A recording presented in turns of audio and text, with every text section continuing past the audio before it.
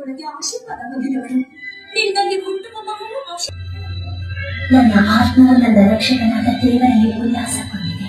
ಈಗಿನಿಂದ ಎಲ್ಲ ಜನಾಂಗದವರು ನನ್ನನ್ನು ಧನ್ಯನೆಂದು ಹೊಗಳುವರು.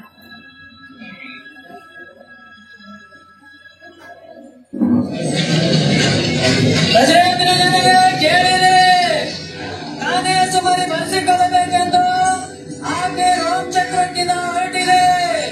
ಗಲಿಲಾಯ ಮತ್ತು ಯೂದ ಸೀಮೆಗಳವರು ತಮ್ಮ ತಮ್ಮ ಪೂರ್ವಜರ ಊರುಗಳಿಗೆ ಹೋಗಿ ತಮ್ಮ ತಮ್ಮ ಹೆಸರುಗಳನ್ನು ಬರೆಸಿಕೊಳ್ಳಬೇಕು.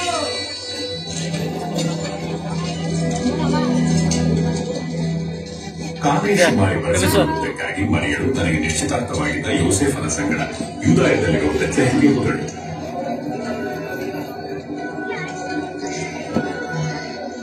ಆದರೆ ಬೆತ್ಲೆಹೇಮ್ನಲ್ಲಿ ಅವರಿಗೆ ಸ್ಥಳ ದೊರೆಯಲಿಲ್ಲ. ಒಂದು ಗೋದಲಿಯಲ್ಲಿ ಮಾತ್ರ ಅವರಿಗೆ ಸ್ಥಳ ದೊರೆಯಿತು.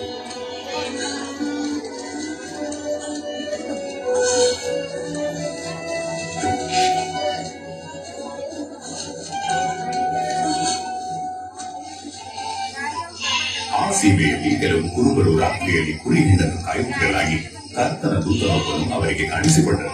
ಕರ್ತನ ಪ್ರಭೆಯು ಅವರ ಸುತ್ತಲೂ ಪ್ರಕಾಶಿಸಿತು.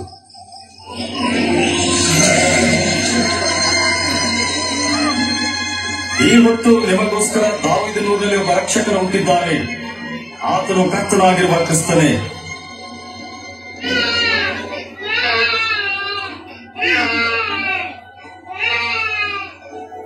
ಕುರುಬರು ಗೋದಲಿಯಲ್ಲಿ ಹೊಸದಾಗಿ ಹುಟ್ಟಿರುವ ಮಗುವನ್ನು ನೋಡಲು ತ್ವರಿತದಿಂದ ಹೋದರು. ಈ ಕನ್ಯಮಾತೆಯ ಮತ್ತು ರಕ್ಷಕನ ಶುಭ ಸಂದೇಶ ಸಾರಿದವರಲ್ಲಿ ಮೊದಲಿಗರು ಇವರೇ.